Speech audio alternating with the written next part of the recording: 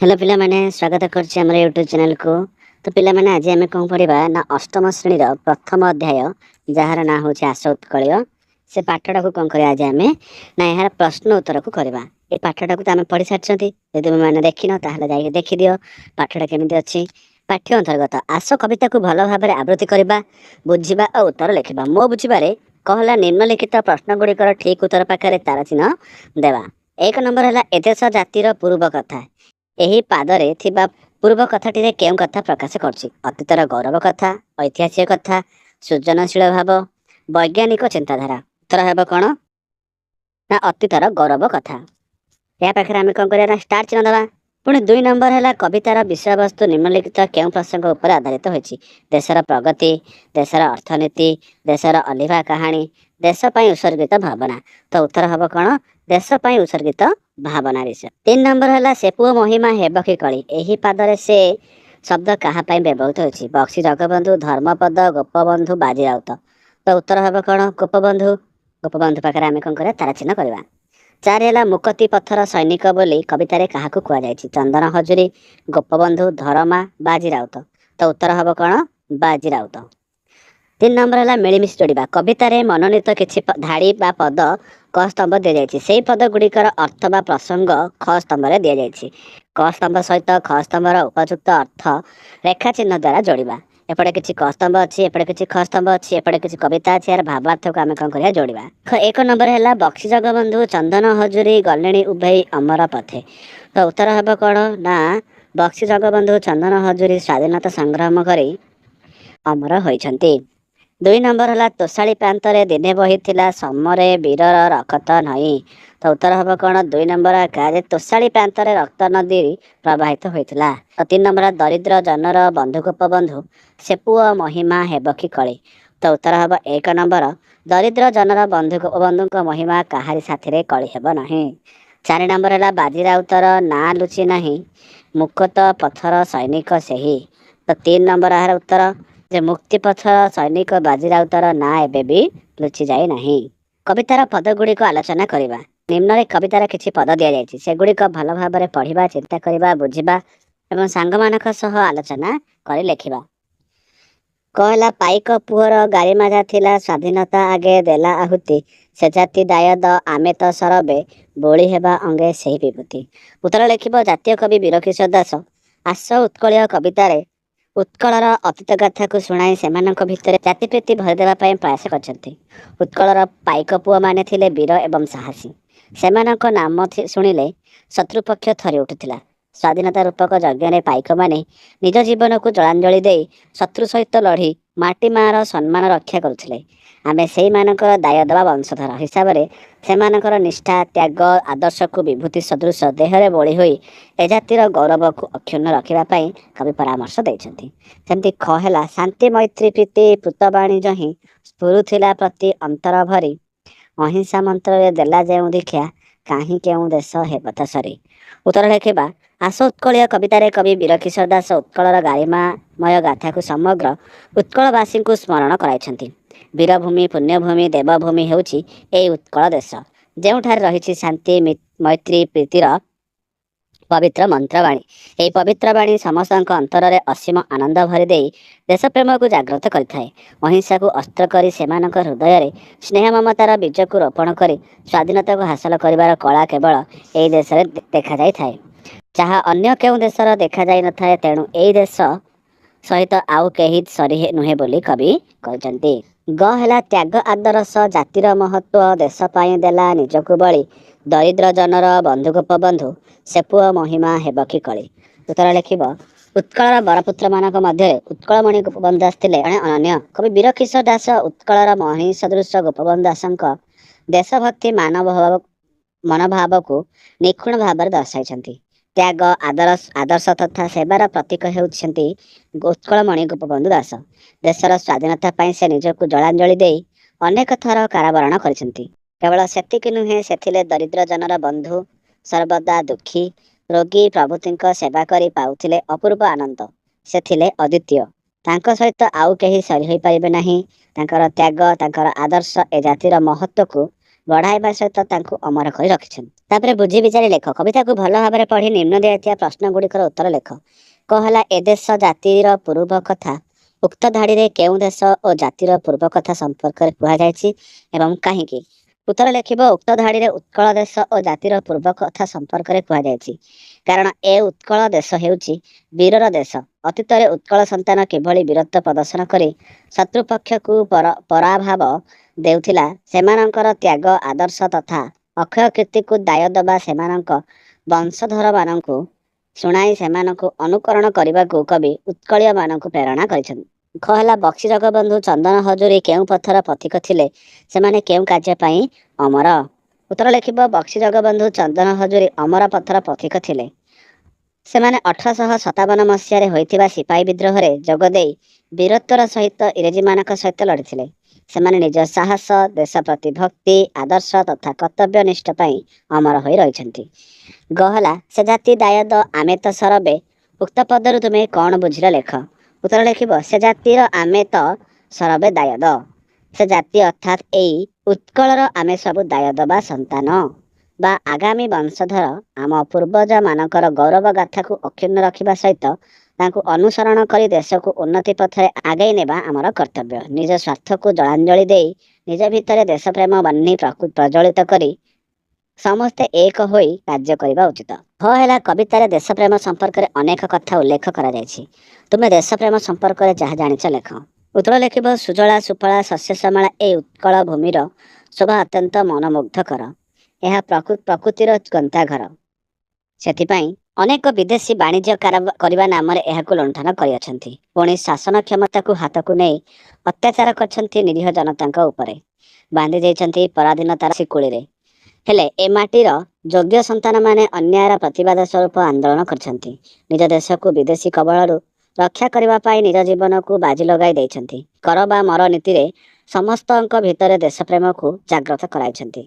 ବକ୍ସି ଜଗବନ୍ଧୁ, ଜୟୀରାଜଗୁରୁ, ଚନ୍ଦନ ହଜୁରୀ, ସୁରେନ୍ଦ୍ର ସାଏ, ଦଳ ବେହେରା, ଝାନ୍ସୀ ରାଣୀ ଲକ୍ଷ୍ମୀବାଇ, ଅହଲ୍ୟାବାଇ ପ୍ରଭୃତି ଅନେକ ସୁଯୋଗ୍ୟ ସନ୍ତାନ ନିଜ ସ୍ୱାର୍ଥକୁ ତ୍ୟାଗ କରି ଦେଶ ପାଇଁ ଲଢ଼ି ପ୍ରାଣବଳି ଦେଇଛନ୍ତି।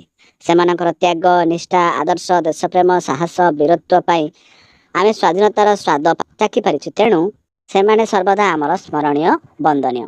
ମୁଁ ହେଲା, ଏହି କବିତାଟି ଏକ ଦେଶାତ୍ମବୋଧକ କବିତା, ଯାହା ଆମକୁ ଆମ ରାଜ୍ୟ ଓ ଦେଶକୁ ଭଲ ପାଇବାର ପ୍ରେରଣା ଜାଗ୍ରତ କରାଏ। ଏହି କବିତାଟି ତୁମକୁ କେଉଁ ପ୍ରେରଣା ପ୍ରଦାନ କରୁଛି ଲେଖ। ଉତ୍ତର ଲେଖିବ, ଏହି କବିତାଟି ପାଠ କରି ମୁଁ ଉତ୍କଳୀୟ, ସେଥିପାଇଁ ନିଜକୁ ଗର୍ବ କରେ। ଆମ ପୂର୍ବଜମାନଙ୍କର ଗୌରବ ଗାଥାକୁ ଜାଣିବା ପରେ ନିଜକୁ ଜଣେ ଦେଶଭକ୍ତ ହେବାର ପ୍ରେରଣା ଜାଗ୍ରତ ହୁଏ। ଅତୀତରେ ଯେଉଁ ବୀର ସନ୍ତାନମାନେ ସେମାନଙ୍କ ଜୀବନକୁ ଜଳାଞ୍ଜଳି ଦେଇ ଏ ଦେଶ ମାତୃକା ପାଇଁ ଲଢ଼ିଛନ୍ତି, ସେମାନଙ୍କ ଜୀବନକୁ ପଢ଼ି ତାଙ୍କୁ ଜାଣିବାକୁ ଇଚ୍ଛା ହୋଇଥାଏ। ସେମାନଙ୍କ ଚରଣରେ ମଥା ଆପେ ନଇଯାଏ। ସେମାନଙ୍କୁ ଅନୁକରଣ କରି ଏକ ଦେଶ ସେବକ ହେବାର ପ୍ରେରଣା ଆସିଥାଏ। ସେମାନଙ୍କର ଦାୟଦ ହିସାବରେ ମନ ମଧ୍ୟରେ ଗର୍ବ ଆସେ। ଅନୁମାନ ଓ କଳ୍ପନା ତୁମେମାନେ ମିଳିମିଶି ଆଲୋଚନା କର ଏବଂ ଲେଖ। କ ହେଲା, ବକ୍ସି ଜଗବନ୍ଧୁ ପରି ହେବା ପାଇଁ ତୁମେ କ'ଣ କରିବା ଉଚିତ? ଉତ୍ତର ଲେଖିବ, ବକ୍ସି ଜଗବନ୍ଧୁ ପରି ହେବାକୁ ହେଲେ ପ୍ରଥମେ ନେତୃତ୍ୱ ନେବାର ଦକ୍ଷତା ହାସଲ କରିବି। ନିଜର କର୍ତ୍ତବ୍ୟକୁ ଠିକ୍ ଭାବରେ ସମ୍ପାଦନ କରିବା ସହ ସମସ୍ତଙ୍କୁ ନେଇ ସଂଗଠନ ତିଆରି କରିବାର ଦକ୍ଷତାକୁ ନିଜ ଭିତରେ ଦୃଢ଼ କରିବି ଏବଂ ସାହସର ସହିତ ଜୀବନକୁ ବାଜି ଲଗାଇ ଶତ୍ରୁକୁ କାହାକୁ ମୁକାବିଲା କରିବି। ଖ ହେଲା, ନିଜକୁ ପାଇକ ପୁଅ ଭାବି ଦେଶ ସେବା ପାଇଁ କ'ଣ କରିପାରିବ? ଉତ୍ତର ଲେଖିବ, ପାଇକ ପୁଅ ଭାବରେ ମୁଁ ଦେଶ ସେବା ପାଇଁ ପ୍ରଥମେ ଯୁଦ୍ଧବିଦ୍ୟା ଶିକ୍ଷା କରିବି। ବଛା, ଢାଲ, ଖଣ୍ଡା, ତୀର ଚାଳନା, ଘୋଡ଼ା ଚାଳନା ଶିକ୍ଷା କରିବି। ସମସ୍ତଙ୍କୁ ଏକତା ସୂତ୍ରରେ ବାନ୍ଧିବାର ଦକ୍ଷତା ହାସଲ କରିବି। ସଂଗଠନ ତିଆରି କରି ଜନ୍ମଭୂମି ପ୍ରତି ଆମର କର୍ତ୍ତବ୍ୟ କ'ଣ ସେ ବିଷୟରେ ସମସ୍ତଙ୍କୁ ସଚେତନ କରାଇବି। ସମସ୍ତଙ୍କ ଭିତରେ ଦେଶପ୍ରୀତି ଜାଗ୍ରତ କରାଇ ଶତ୍ରୁକୁ ପରାହତ କରିବା ପାଇଁ ପ୍ରେରଣା ଦେବି। ଗ ହେଲା, କେଉଁ କାର୍ଯ୍ୟ ଜଣେ ବ୍ୟକ୍ତିକୁ ଅମର କରାଇଥାଏ? ଉତ୍ତର ଲେଖିବ, ଆପଣା ପାଇଁ ଆପେ ବଞ୍ଚନ୍ତି ସାଧାରଣ ମଣିଷ, କିନ୍ତୁ ଯେଉଁମାନେ ନିଜ ସ୍ୱାର୍ଥକୁ ତ୍ୟାଗ କରି ଦେଶ ପାଇଁ, ଜାତି ପାଇଁ ନିଜ ଜୀବନକୁ ଉତ୍ସର୍ଗ କରିଦିଅନ୍ତି, ସେମାନେ ହୁଅନ୍ତି ମହାପୁରୁଷ। ଦେଶ ଜାତି ପାଇଁ ତ୍ୟାଗ, କର୍ତ୍ତବ୍ୟବୋଧ, ନିଷ୍ଠା, ସାଧନା ଜଣେ ବ୍ୟକ୍ତିକୁ ଅମର କରି ରଖିଥାଏ। ଘ ହେଲା, ଯଦି ତୁମେ ତୋଷାଳୀ ପ୍ରାନ୍ତରେ ଥାଆନ୍ତ, ତେବେ ସେହି ରକ୍ତ ନଈକୁ ଦେଖିବା ପରେ ତୁମ ମନରେ କେଉଁ ଭାବ ଜାଗ୍ରତ ହୋଇଥାନ୍ତା? ଉତ୍ତର ଲେଖିବ, ମୁଁ ତୋଷାଳୀ ପ୍ରାନ୍ତର ଥିଲେ ଅତୀତର ସେହି ରକ୍ତ ନଦୀକୁ ଦେଖିଲା ପରେ ବିଦେଶୀମାନଙ୍କ ପ୍ରତି ଘୃଣାଭାବ ଆସିଥାନ୍ତା। ପ୍ରତିବାଦର ସ୍ୱର ଉଠାଇଥାନ୍ତି। ହୃଦୟ ଭିତରେ ପ୍ରତିଶୋଧର ବହ୍ନିକୁ ପ୍ରଜ୍ୱଳିତ କରି ଶତ୍ରୁମାନଙ୍କ ସହିତ ଯୁଦ୍ଧ କରିବାକୁ ନିଜକୁ ପ୍ରସ୍ତୁତ କରିବା ସହିତ ଅନ୍ୟମାନଙ୍କୁ ଏଥିପାଇଁ ପ୍ରେରଣା ଦେଇଥାନ୍ତି। ମୁଁ ହେଲା ଯଦି ତୁମେ ସ୍ୱାଧୀନତା ସଂଗ୍ରାମୀ ହୋଇଥାନ୍ତ ତେବେ ତୁମେ କେଉଁ କାର୍ଯ୍ୟ ପ୍ରତି ଅଧିକ ଗୁରୁତ୍ୱ ଦେଇଥାନ୍ତ? ଉତ୍ତର ଲେଖିବ ମୁଁ ସ୍ୱାଧୀନତା ସଂଗ୍ରାମୀ ହୋଇଥିଲେ ଦେଶର ଲୋକମାନଙ୍କୁ ସଂଗଠିତ କରାଇ ସେମାନଙ୍କ ଭିତରେ ଦେଶପ୍ରେମର ବହ୍ନି ଜଳାଇବାକୁ ଚେଷ୍ଟା କରିଥାନ୍ତି। ଏକାଠି ହୋଇ ଦେଶ ପାଇଁ କାମ କରିବାକୁ ପରାମର୍ଶ ଦେଇଥାନ୍ତି। ପୁନଶ୍ଚ ରକ୍ତର ଜବାବ ରକ୍ତରେ ଏହି ନ୍ୟାୟରେ ବିଦେଶୀ ବା ଶତ୍ରୁ ପକ୍ଷକୁ ଆକ୍ରମଣ କରିବା ଏବଂ କରାଇବାର କୌଶଳ ଅବଲମ୍ବନ କରିଥାନ୍ତି। କବିତାର ରଚନା। ଜାତି ପାଇଁ ଦିନେ ବାଳୁତ ଧର୍ମ ଝାସିଥିଲା ପ୍ରାଣ ସାଗର ଜଳେ ଲିଭିବ କି ତାର ଅଲିଭା କାହାଣୀ ଥିବା ଯାଇ ନର ଧରଣୀ ତଳେ। ଏହି ପଦ୍ୟାଂଶର ଶେଷ ଶବ୍ଦକୁ ଧ୍ୟାନ ସହ ଦେଖ। ସାଗର ଜଳେ ଧରଣୀ ତଳେ ରେ ଜଳେ ଓ ତଳେ ପଦର ବ୍ୟବହାର କରାଯାଇଛି। ଏହି ଦୁଇ ପଦ ଶେଷ ଧ୍ୱନି ଏକା ଭଳି। ଏହି ବିଶେଷତାକୁ ଓଡ଼ିଆ ଭାଷାରେ ପୂର୍ଣ୍ଣ ମିତ୍ରାକ୍ଷର କୁହାଯାଏ। ଏବେ ତଳେ ଦିଆଯାଇଥିବା ପ୍ରଶ୍ନଗୁଡ଼ିକୁ ସାଙ୍ଗମାନଙ୍କ ସହ ଆଲୋଚନା କର ଏବଂ ଲେଖ। କହିଲା ପୂର୍ଣ୍ଣ ମିତ୍ରାକ୍ଷରକୁ ନେଇ କବିତା ଲେଖିଲେ କେଉଁ ବିଶେଷ ପ୍ରଭାବ ପଡ଼ିଥାଏ? ଉତ୍ତର ଲେଖିବ ପୂର୍ଣ୍ଣ ମିତ୍ରାକ୍ଷରକୁ ନେଇ କବିତା ରଚନା କଲେ ପ୍ରଥମ ପାଦର ଅନ୍ତବର୍ଣ୍ଣ ଓ ଉପାନ୍ତ ସ୍ୱର ସହିତ ଦ୍ୱିତୀୟ ପାଦର ଅନ୍ତବର୍ଣ୍ଣ ଓ ଉପାନ୍ତ ସ୍ୱର ସହିତ ସ୍ୱର ସମ୍ପୂର୍ଣ୍ଣ ମିଳନ ହୋଇଥାଏ। ସାଧୁ ସୁଜନ ସଙ୍ଗତରେ ଧନ୍ୟ ଯେ ନିତ୍ୟ ବାସ କରେ। ପ୍ରଥମ ପଦର ଅନ୍ତବର୍ଣ୍ଣରେ ଉପାନ୍ତର ଅ, ଦ୍ୱିତୀୟ ପାଦର ଅନ୍ତବର୍ଣ୍ଣରେ ଉପାନ୍ତ ସ୍ୱର ଅ। ଏଠାରେ ସମ୍ପୂର୍ଣ୍ଣ ମିଳନ ଘଟିଛି। ଖ ହେଲା କବିତାକୁ ପ୍ରଭାବଶାଳୀ କରିବା ପାଇଁ ଆଉ କେଉଁ କେଉଁ ଭାବ ପ୍ରୟୋଗ କରାଯାଇଛି ଲେଖ। ଉତ୍ତର ଲେଖିବ କବିତାକୁ ପ୍ରଭାବଶାଳୀ କରିବା ପାଇଁ ଦେଶପ୍ରେମ ସହିତ ଦରିଦ୍ରମାନଙ୍କର ସେବା ମନୋଭାବ, ଉତ୍କଳର କଳା କୃତି, ପାଇକ ଜାତିର ଗୌରବ ଗାଥା, ଅହିଂସା ମନ୍ତ୍ର, ଶାନ୍ତି ମୈତ୍ରୀ ପ୍ରୀତିର ପବିତ୍ର ବାଣୀ, ସବୁଜ ସୁଷମା ଭରା ଉତ୍କଳର ଶୋଭାକୁ କବିତାରେ ଦ୍ୱିଗୁଣିତ କରିଛି। ତୁମର କବିତା। ଆସ ଉତ୍କଳୀୟ କବିତାକୁ ତୁମେମାନେ ପଢ଼ିଲ। ନିମ୍ନରେ ଏହାର କିଛି ଅଂଶ ଦିଆଯାଇଛି। ତୁମେ ଚିନ୍ତା କରି ସେହି ଆଧାରରେ ଏକ କବିତା ଲେଖ। ଆସ ଉତ୍କଳୀୟ ଶୁଣ ସର୍ବେ ମିଳି ଏ ଦେଶ ଜାତିର ପୂର୍ବ କଥା ସ୍ମରଣ ଯାହାର ଗରବେ ତୋହର ଆପେ ଆପେ ନଇଁ ପଡ଼ିବ ମଥା। ଭାଷା ବିଚାର। ଶବ୍ଦ ସହ ଶବ୍ଦ ଯୋଡ଼। ତୁମ ସାଙ୍ଗମାନଙ୍କ ସହିତ ମିଶି ଆଲୋଚନା କରି ତଳେ ଦିଆଯାଇଥିବା ଖାଲି ସ୍ଥାନରେ ଧରଣୀର ସମାର୍ଥବୋଧକ ଶବ୍ଦଗୁଡ଼ିକ ଲେଖ। ଯେମିତିକି ଧରଣୀ, ଧରଣୀ କ'ଣ ଆଉ କ'ଣ କୁହାଯାଏ ନା ଅବନୀ, ପୃଥିବୀ, ମେଦିନୀ, ବସୁନ୍ଧରା, ବସୁଧା, ବସୁମତୀ, ଧରା, ଧରିତ୍ରୀ, ମହୀ। ଖ ହେଲା ନିମ୍ନଲିଖିତ ଶବ୍ଦଗୁଡ଼ିକର ଗଦ୍ୟ ରୂପ ଲେଖ। ଯେପରି ପୂର୍ବ ପୂର୍ବ, ସେହିପରି ଗରବେ ଗର୍ବେ, ସରବେ ସର୍ବେ, ରକ୍ତ ରକ୍ତ, ଆଦରସ ଆଦର୍ଶ, ତର୍ପଣ ତର୍ପଣ। ଗ ହେଲା କାଳ ସମୟ ବିଚାର। ଏକ ହେଲା ପାଇକ ପୁଅର ଗାରିମା ଥିଲା। ଦୁଇ ହେଲା ତୋଷାଳୀ ପ୍ରାନ୍ତରେ ଦିନେ ବହିଥିଲା। ଉପରଲିଖିତ ପଦ ଦୁଇଟି ଅତୀତ କାଳର ସୂଚନା ପ୍ରଦାନ କରିଥାଏ। ତୁମେମାନେ ଏହି ପଦ୍ୟାଂଶକୁ ନେଇ ବର୍ତ୍ତମାନ ଭବିଷ୍ୟତ କାଳରେ ପରିଣତ କର। ତ ଆମେ ଜାଣିଛନ୍ତି ପିଲେ କାଳ ହେଉଛି ତିନି ପ୍ରକାର, ଅତୀତ, ବର୍ତ୍ତମାନ ଆଉ ଭବିଷ୍ୟତ। ଏ ତିନୋଟି କାଳ ଜାଣିଛନ୍ତି। ଅତୀତ କହିଲେ କ'ଣ ନା ପୁରୁଣା କଥା, ବର୍ତ୍ତମାନ ବୋଲେ ଯାହା ବର୍ତ୍ତମାନ ଘଟୁଛି, ଭବିଷ୍ୟତ କହିଲେ ଆଗକୁ ଯାହା ଘଟିବ ସେ ହେଉଛି କ'ଣ ଭବିଷ୍ୟତ। ତ ଆମେ ବର୍ତ୍ତମାନ କ'ଣ କରିବା, ବର୍ତ୍ତମାନ ଆଉ ଭବିଷ୍ୟତ କାଳରେ ପରିଣତ କରିବା ଏ ଦୁଇଟା ପଦକୁ। ବର୍ତ୍ତମାନ କାଳ ପାଇଁ କ'ଣ ହେବ, ପାଇକ ପୁଅର ଗାରିମା ଯାହା ରହିଛି। ଭବିଷ୍ୟତ କାଳ ପାଇଁ ହେବ କ'ଣ, ଭବିଷ୍ୟତ କାଳ ପାଇଁ ପାଇକ ପୁଅର ଗାରିମା ରହିବ। ସେମିତି ତୋଷାଳୀ ପ୍ରାନ୍ତରେ ଦିନେ ବହିଥିଲା, ଏଇଟା କ'ଣ ଅତୀତ କାଳ। ତ ବର୍ତ୍ତମାନ କାଳ ପାଇଁ ଲେଖିବା କ'ଣ, ତୋଷାଳୀ ପ୍ରାନ୍ତରେ ଆଜି ବହୁ ଅଛି। ଭବିଷ୍ୟତ କାଳରେ ହେବ କ'ଣ ନା ତୋଷାଳୀ ପ୍ରାନ୍ତରେ ଆଗକୁ ବହିବ, ଏମିତି ଲେଖିବା। କହିଲା ସମାନ ଅର୍ଥ ବୁଝାଉଥିବା ଶବ୍ଦ ଯୋଉଟାକି ପ୍ରତିଶବ୍ଦ। କବିତାରେ କିଛି ଶବ୍ଦ ନିମ୍ନ ଦିଆଯାଇଛି। ତା ତଳକୁ ଦିଆଯାଇଥିବା ସମାନ ଅର୍ଥ ବୁଝାଉଥିବା ଶବ୍ଦକୁ ଖୋଜି ଖାଲି ଘର ପୂରଣ କର। ଯେମିତି ଦେଖ ଏଠି ଦିଆଯାଇଛି, ଏଠି କିଛି ଶବ୍ଦ ଅଛି ଆଉ ଉପରେ କିଛି ଶବ୍ଦ ଦିଆଯାଇଛି। ଏ ଉପର ଶବ୍ଦର ସମାନାର୍ଥବୋଧକ ବା ପ୍ରତିଶବ୍ଦ ଗୁଡ଼ିକ ତଳେ ଦିଆଯାଇଛି, ତାକୁ ଆମେ କ'ଣ କରିବା ଏଠି ଲେଖିବା। ଯେମିତିକି ପୁଅ, ପୁଅର କ'ଣ ଅଛି ନା ପୁତ୍ର ଆଉ ସୁତ, ପୁତ୍ର ଆଉ ସୁତ। ସେହିପରି ଭାବରେ ନଈ, ନଈର କ'ଣ ନା ନଈ ହେଉଛି ତଟନୀ, ତଟିନୀ ଆଉ ହେଉଛି ଗୋଟେ ସ୍ରୋତସ୍ୱିନୀ। ଆଉ ସେମିତି ସାଗର ମାନେ କ'ଣ, ପାରାବାର ଆଉ ସିନ୍ଧୁ। ସୈନିକ ମାନେ ସିପାହୀ, ଯବାନ, ଏମିତି ଲେଖିବା। କବିତାର ଶୀର୍ଷକ ଆସ ଉତ୍କଳୀୟ ଶୁଣ ସର୍ବେ ମିଳି ଏ ଦେଶ ଜାତିର ପୂର୍ବ କଥା। ଏହି କବିତାର ଶୀର୍ଷକ ଆସ ଉତ୍କଳୀୟ। ଅନେକ ସମୟରେ କବିମାନେ କବିତାର ଏକ ଧାଡ଼ିକୁ କବିତାର ଶୀର୍ଷକ ଭାବରେ ବ୍ୟବହାର କରିଛନ୍ତି। ଏହିଭଳି ଯଦି ତୁମେ କବିତାରୁ ଅନ୍ୟ ଗୋଟିଏ ଧାଡ଼ି କବିତାର ଶୀର୍ଷକ ଭାବରେ ବାଛିବ ତେବେ କାହିଁକି ବାଛିଲ ଲେଖ। ତ କବିତାର ଶୀର୍ଷକ ପାଇକ ପୁଅ, କାରଣ ପାଇକ ମାନେ ଏ ଉତ୍କଳ ମାଟିର ବୀର ସାହସୀ ତଥା ଯୋଦ୍ଧା ଥିଲେ। ସେମାନଙ୍କ ରଣ କୌଶଳ ଶତ୍ରୁ ପକ୍ଷକୁ ଥରାଇ ଦେଉଥିଲା। ତାଙ୍କ ଭିତରେ ଭରି ରହିଥିଲା ଦେଶପ୍ରୀତି। ନିଜ ସ୍ୱାର୍ଥକୁ ଜଳାଞ୍ଜଳି ଦେଇ ମାଟି ମା ପାଇଁ ଜୀବନ ଦେବାକୁ ଟିକିଏ ମଧ୍ୟ କୁଣ୍ଠାବୋଧ କରୁନଥିଲେ।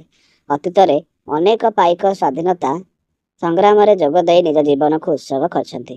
ପାଇକ ରକତେ କପାଳେ ଯାହାର ବିଜୟ ତିଲକ ଲେଖା, ସତ୍ୟ ଶାନ୍ତି ମମତା ମୈତ୍ରୀ ଏ ଜାତିର ମହାଦୀକ୍ଷା।